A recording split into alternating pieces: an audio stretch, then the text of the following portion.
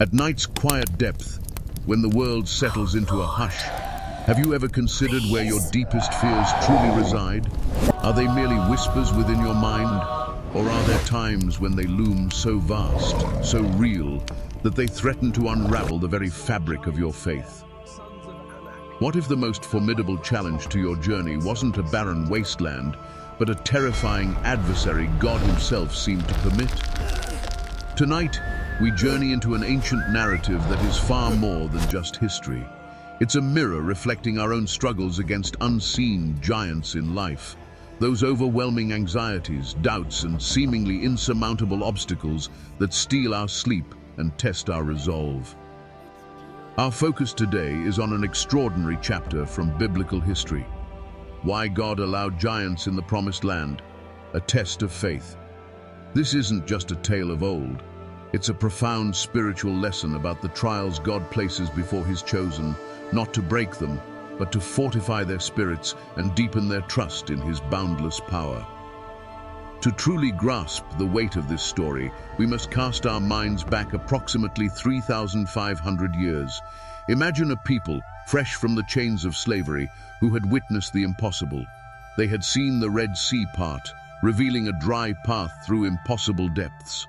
They had tasted bread from the heavens, manna, appearing miraculously each morning to sustain them in a desolate wilderness. Their journey, guided by a pillar of cloud by day and fire by night, was a testament to divine intervention at every turn. They were promised a land flowing with milk and honey, a place of peace and prosperity, their inheritance from the Almighty. Yet, as they stood on the threshold of this promised paradise, a daunting reality awaited them. God had not laid out a path of effortless tranquility. Instead, a terrifying trial lay in wait, one that would shake the very foundations of their faith. But the lingering question persists. Why would an omnipotent God, after all the miraculous interventions, allow such formidable, dreadful giants to inhabit the very land He had promised His people? Was this simply a cruel twist of fate? Or did it serve a deeper divine purpose, a test of faith beyond human comprehension? The answer, as we will discover, is complex and incredibly insightful. If this exploration into the profound mysteries of ancient faith and history stirs something within your soul, then you found your sanctuary. The Ethiopian Bible Channel isn't just about recounting old stories, it's about unlocking timeless truths and embarking on a transformative spiritual journey. To ensure you never miss out on these powerful revelations, we urge you to subscribe to the channel right now. And don't forget to hit that bell icon so you're always notified when new wisdom emerges.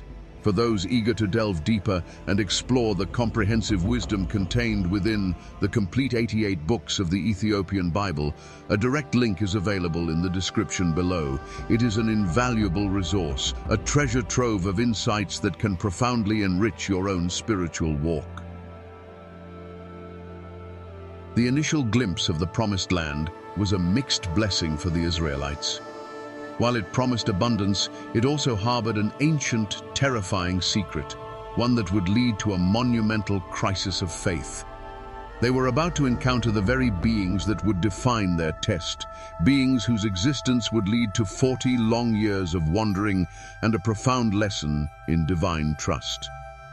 History's pages, and indeed the deeper secrets of the spiritual realm, hold the chilling narrative of these giants. The Bible speaks of them, confirming their existence. In the book of Genesis, chapter 6, verse 4, it tells us, "There were giants on the earth in those days, mighty, men who were of old, men of renown. These were the Nephilim, mysterious beings whose very name has sparked centuries of debate and interpretation. Were they the offspring of fallen angels and human women, a hybrid race of immense strength and power? Or were they simply exceptionally powerful rulers, men whose stature and might made them seem almost supernatural in an age long past? Whatever their exact origin, their presence before the Great Flood speaks of a primal force, a corruption that permeated the ancient world, foreshadowing a deep-seated spiritual conflict. But the Israelites were not merely facing the distant echoes of ancient Nephilim. In the land of Canaan, the very territory God promised them, a terrifying and formidable people resided, the Anakim. These were descendants of Anak, renowned for their immense height and intimidating presence. They were so colossal, so overwhelming, that the very sight of them was enough to make a human soul tremble. The Bible specifically mentions them in Numbers, chapter 13, verse 28 and 33, painting a clear picture of their imposing nature. Imagine standing before someone whose head almost touched the clouds, whose stride covered distances in mere steps, and whose presence dwarfed every man around them. This was the reality awaiting the trembling Israelites. The Anakim were not isolated. They held dominion over key regions within Canaan, their strongholds being places like Hebron, also known as Kiryat Arba, and the Philistine city of Gath. Their presence solidified the fear that gripped the hearts of anyone who dared to dream of conquering that land. Beyond the Anakim, other formidable tribes of immense stature also existed. The Bible refers to the Rephates, the Emim, and the Zamzumim in the book of Deuteronomy, each mentioned for their colossal size and strength. These were not scattered individuals, but established peoples, formidable obstacles in the path of anyone daring to claim their territory. Centuries later, the chilling legacy of these giants would re-emerge in a familiar confrontation. You remember the story of David and Goliath, don't you? A young shepherd boy, armed with nothing but faith and a sling, standing against a colossal, terrifying warrior. Goliath, the champion of the Philistines, was a towering figure, his very presence striking terror into the hearts of Saul's army. His lineage, tracing back to Gath, connected him to the remnants of the Anakim, ensuring that the ancient dread of these massive beings lived on. This confrontation wasn't just a physical battle. It was a psychological warfare, a test of will against an overwhelmingly superior foe. Can you truly imagine that feeling? To stand before an enemy so immense, so overwhelmingly powerful, that you feel like a tiny insect, ready to be crushed at any moment? This was the stark reality that the Israelites faced. This wasn't merely a numerical disadvantage or a strategic challenge. It was a confrontation with fear personified, a looming shadow that threatened to consume their every hope. Their promised land, once a beacon of hope, now seemed to be guarded by insurmountable living mountains. Now that we have a clearer picture of these giants and the sheer terror they inspired, the question becomes even more pressing. When God commanded the Israelites to enter their promised land, why did He instruct them to confront these monstrous beings? Was this simply a fleeting battle, or did it serve a far deeper divine purpose, a plan that stretched beyond human understanding and aimed to teach them a lesson that would echo through generations? Moses, a towering prophet and a leader who had witnessed God's raw power countless times, faced a crucial moment.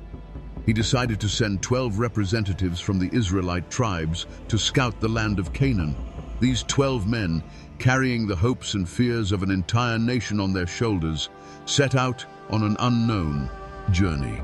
It wasn't just a reconnaissance mission, it was a prelude to a monumental test of their collective faith. For 40 days, these spies traversed the promised land. They saw a land truly flowing with milk and honey, a place of lush vineyards, abundant harvests, and flowing springs. It was everything God had promised, a land of prosperity and peace. They even brought back a single cluster of grapes so large it took 2 men to carry it, a physical testament to the land's incredible fruitfulness. Yet beneath this veneer of abundance, a chilling reality awaited them. Hidden within the fertile valleys and atop the mighty hills were cities fortified with immense walls, and guarding these strongholds were the very giants we've spoken of. When they returned, the 2 reports they delivered to the anxious assembly at Kadesh Barnea would define the fate of a generation.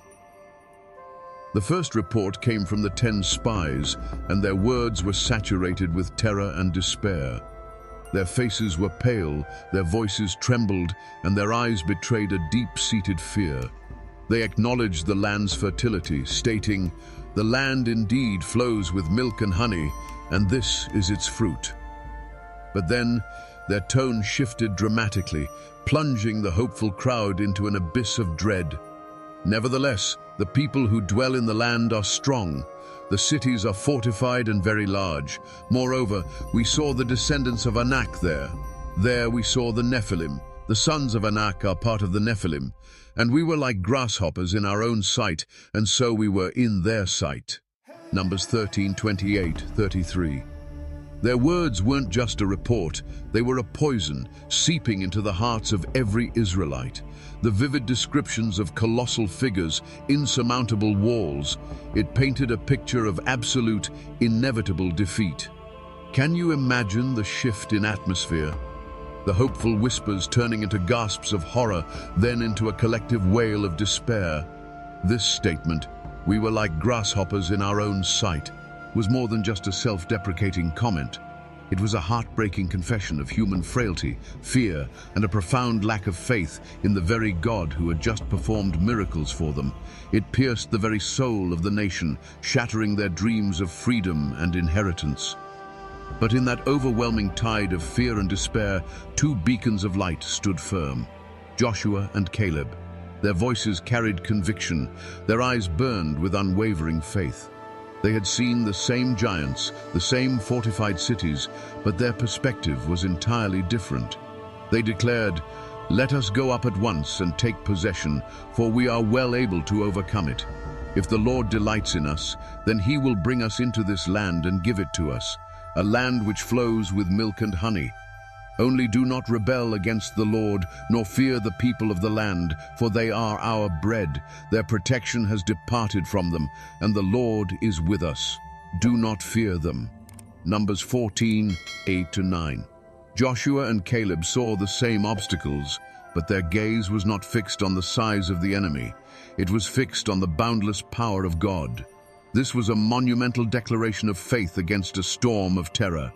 They truly believed that if God was with them, nothing, not even giants, could stand in their way. Yet despite this courageous counter-report, fear's grip was too strong. The people's reaction was devastating. The entire congregation cried out and wept through that night. All the Israelites complained against Moses and Aaron, and in their despair, they even wished for death. "If only we had died in the land of Egypt, or if only we had died in this wilderness." Numbers 14:1-3. This wasn't merely a complaint, it was a full-blown rebellion against God himself, a tragic abandonment of all the miracles they had witnessed. They wanted to appoint a new leader and return to the very slavery from which God had rescued them. Imagine the heartbreak God must have felt. A nation delivered by divine hand, nurtured by miracles, now chose to reject his promise out of fear. Their fear of giants outweighed their faith in the Almighty. It was a profound betrayal of trust, a heart-wrenching spectacle of human weakness. Then, God's voice thundered, a voice filled not just with wrath, but with deep sorrow and justice. He declared, "How long will these people despise me?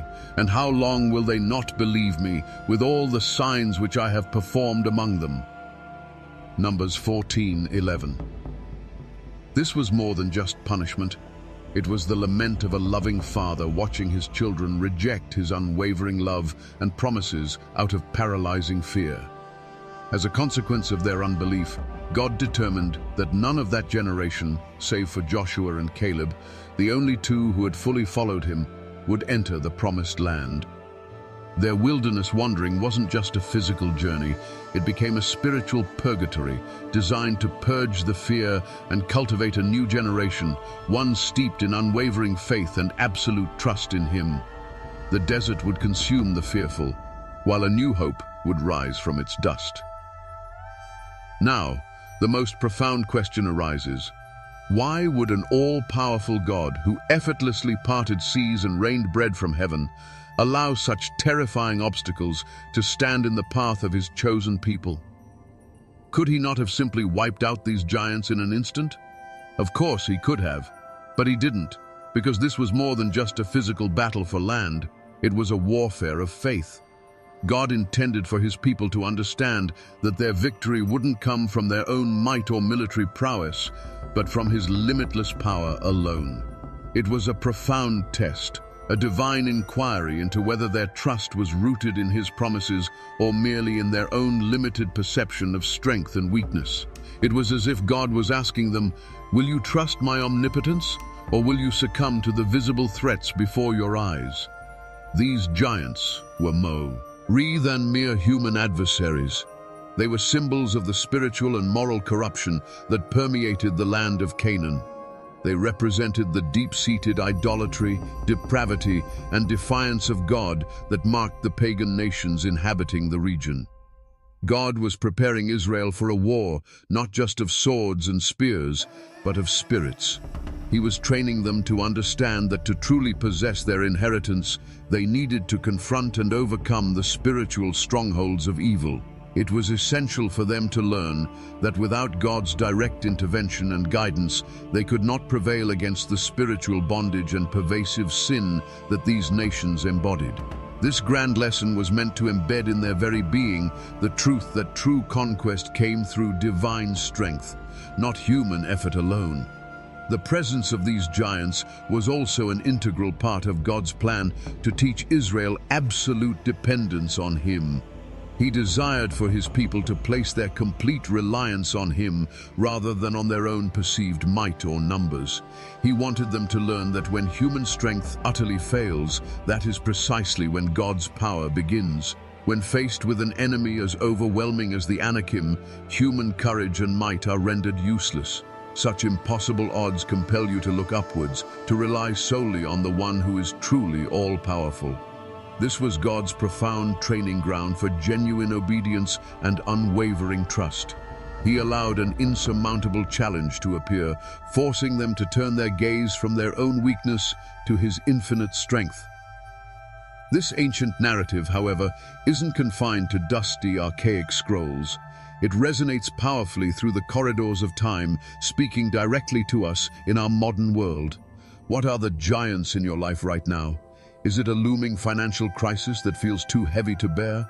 A chronic illness that drains your spirit and hope? The crushing weight of anxiety that paralyzes your every step? Perhaps it's a spiritual battle within, a persistent doubt, or a destructive habit that seems impossible to conquer. What do you believe deep down is the reason God has allowed this particular giant to appear in your life? This isn't a rhetorical question, but an invitation for deep personal reflection.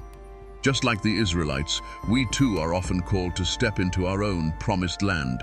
Perhaps a new career path, a divine calling, a challenging relationship that requires immense grace, or a personal breakthrough in character. But standing between us and our destiny are frequently these overwhelming, seemingly unconquerable giants. And just like them, our initial instinctive reaction is often fear, not faith. We tend to focus on the magnitude of the problem, the sheer impossibility of our situation, rather than the limitless power of the God who has promised to be with us through every valley. We become fixated on the giant rather than on the God who is infinitely greater than any giant. God often permits giants in our lives precisely for this reason, to teach us to rely not on our own understanding or strength, but on his infinite power. He allows these overwhelming challenges to emerge so that when we overcome them with his help, all glory and honor belongs solely to him. It's in facing the impossible, with God as our ally, that our faith is truly refined and strengthened. It's in those moments of profound vulnerability, when all human options are exhausted, that we discover the true depth of his unwavering faithfulness. These are the crucibles of faith, designed to reveal not how weak we are, but how strong he is on our behalf. He doesn't remove the struggle. He equips us within it, demonstrating his power through our weakness. This divine strategy is a timeless one. It teaches us that courage isn't the absence of fear, but the triumph over it, fueled by an unshakable belief in a greater power. It reminds us that our perspective often limits our potential. When we see ourselves as grasshoppers in the face of our challenges, we condemn ourselves to defeat before the battle even begins. But when we shift our gaze from the giant to the Almighty God, suddenly, the impossible becomes merely a stepping stone for His glory. This truth was the pivotal lesson the Israelites had to learn, a lesson that would determine their inheritance and their destiny. The 40 years of wandering in the wilderness, therefore, were not just a punishment. They were a prolonged training ground, a period of purification. It was a time for the old generation, whose hearts were steeped in fear and doubt, to pass away, and for a new generation to emerge, one whose very upbringing in the stark wilderness would teach them reliance on God alone. This new generation would know nothing of the comforts of Egypt, but everything of the manna from heaven and water from the rock. They would be forged in hardship, their faith tempered by the very hand of God, preparing them to face and conquer the giants that had brought their parents to their knees. The stage was set for a powerful redemption, a testament to God's enduring patience and His ultimate plan for His people. 40 long years had etched themselves onto the sands of time. The generation steeped in fear had withered away in the vast wilderness, their journey a poignant reminder of the cost of unbelief. But from that same desolate landscape, a new generation had emerged. These were men and women born under the harsh desert sun, forged in hardship, and nurtured by the daily miracle of manna. They knew nothing of the comforts of Egypt, but everything of dependence on God's unwavering provision. Their leader, Joshua, was one of the 2 faithful spies who had dared to believe 40 years prior. He stood ready to lead them into the promised land, and this time their gaze was firmly fixed on God. Their first true test arrived at the formidable city of Jericho. This was no ordinary city. Its walls were legendary, massive, and seemingly impregnable. From a human perspective, conquering Jericho seemed utterly impossible. It stood as a physical representation of the very giants of fear and impossibility that had paralyzed the previous generation. Yet God didn't provide a conventional military strategy. He commanded something absurd, something that defied all logic. For 6 days, they were to march around the city once, and on the 7th day, they were to march 7 times, then blow trumpets and shout. Imagine the thoughts of any seasoned general. But this seemingly illogical command was a profound act of faith, a test of pure obedience. And as the trumpets blared and the people shouted with a mighty roar, the massive walls of Jericho crumbled to the ground. Joshua 6. This wasn't just the collapse of a city wall. It was a monumental demonstration of God's power. It was a clear message to the new generation and to all who would hear their story. No giant, no fortified wall, no humanly impossible obstacle could stand against the power of God when His people walked in faith.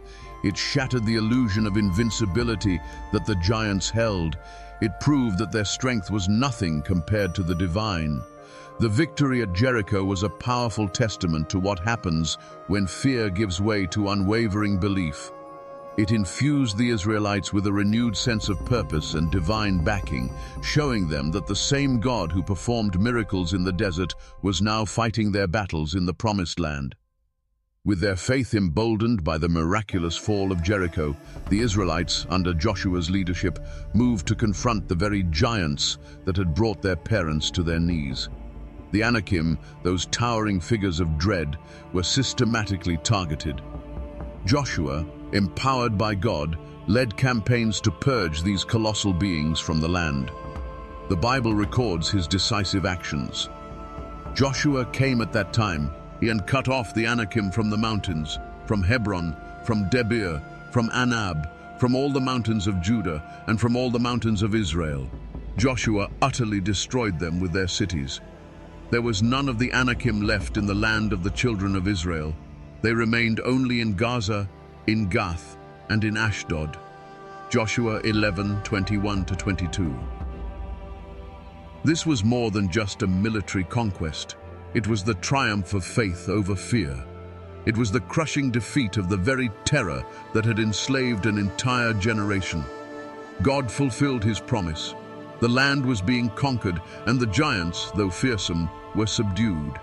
It wasn't an easy path, full of battles and hardships, but it was a living testament to what happens when a people chooses to put their absolute trust in God, even when facing the seemingly impossible. They learned that the battle belonged to the Lord, and their role was to obey and to believe. The land, once defined by the shadow of giants, was now becoming the inheritance of a people who had learned to walk by faith. The promise, seemingly delayed and jeopardized, was now being realized, piece by piece, as their faith in God's power remained steadfast. Israel's journey, marked by the looming presence of giants and the subsequent triumph, tells us a profound truth. God remains faithful, even when we falter. He allows us to face trials, not to break us, but to deepen our understanding of Him and to strengthen our faith in His power. The wilderness wandering wasn't just a consequence of disobedience, it was a grueling yet essential purification process, forging a generation capable of unshakable faith. This ancient narrative, far from being just a relic of the past, offers a timeless blueprint for our own lives. Every one of us will eventually confront our own giants. These aren't flesh and blood behemoths, but very real, often overwhelming challenges. But perhaps it's a mountain of debt, a chronic illness that drains your energy, a crushing wave of anxiety that never seems to recede, or a spiritual battle that leaves you feeling utterly helpless. When faced with such monumental obstacles, we often feel like those 10 spies, small, insignificant, and utterly overwhelmed. We feel like grasshoppers. In those moments, you stand at a crucial crossroads, just as the Israelites did. You have a choice. Will you, like the terrified spies, shrink back in fear, allowing doubt to dictate your destiny and paralyze your potential? Will you surrender to the voice that whispers, "This is too big, you are too small"? Or will you, like Joshua and Caleb, fix your eyes on the limitless power of God, knowing that with Him, even the mightiest giants are destined to fall? Their victory wasn't about their strength, it was about their unwavering conviction in God's promise and presence. It was about seeing the invisible and believing the impossible. The story of the giants in the Promised Land isn't merely about historical conquest. It's an eternal lesson in faith, courage, and divine purpose. It teaches us that true victory isn't the absence of a struggle, but the triumph achieved through the struggle with God as our unwavering ally. When we choose to believe, when we choose to step forward despite our fears, we activate a power far greater than any obstacle. We transform what seems like an impossible defeat into a glorious testimony of God's faithfulness. This ancient account beckons us to introspection. What is your biggest giant right now? What overwhelming challenge, what paralyzing fear, or what persistent obstacle makes you feel utterly like a grasshopper? And how do you hope to overcome this giant, relying on God's help? Share your thoughts in the comments below. Let's build a community of faith, inspiring each other to conquer our personal giants with the strength that comes from above. Your story might be the very light someone else needs to face their own daunting challenge. Remember this profound truth. God's ultimate purpose isn't always to remove every obstacle from our path, but to walk with us through every challenge, strengthening us in His unwavering presence. For it is precisely when we face an examination, when our faith is put to the test, that its true power is revealed. And it is then, in the face of our giants, that we truly come to know the magnitude of our God. Join us again on the Ethiopian Bible channel for another profound exploration of ancient truths that illuminate our modern lives, continuing to uncover the timeless lessons embedded in the sacred texts